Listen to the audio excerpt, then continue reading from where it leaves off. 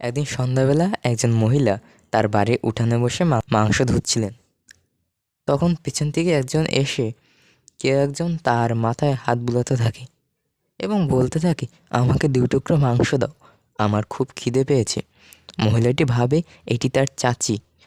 তারপর মহিলাটি বলে, চাচি, কাঁচা মাংস কিভাবে খাবে? আমি তোমাকে রান্না করে দেব।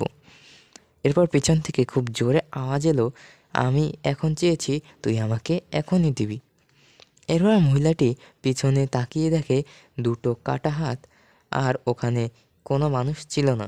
এ দৃশ্য দেখে মহিলাটি মাংস ওখানে রেখে চিৎকার করে পালিয়ে যায়। এর পরের দিন ওই মহিলা পুকুর ঘাটে গোসল করতে গিয়েছিলেন। একটি গাছের ডালে তার জামা কাপড় রেখে পুকুরে গোসল করতে নামেন। উঠে যখন তিনি তার কাপড় পাল্টালেন, তখন তিনি আর সেই কাপড়ের ভেতরে ছিলেন না।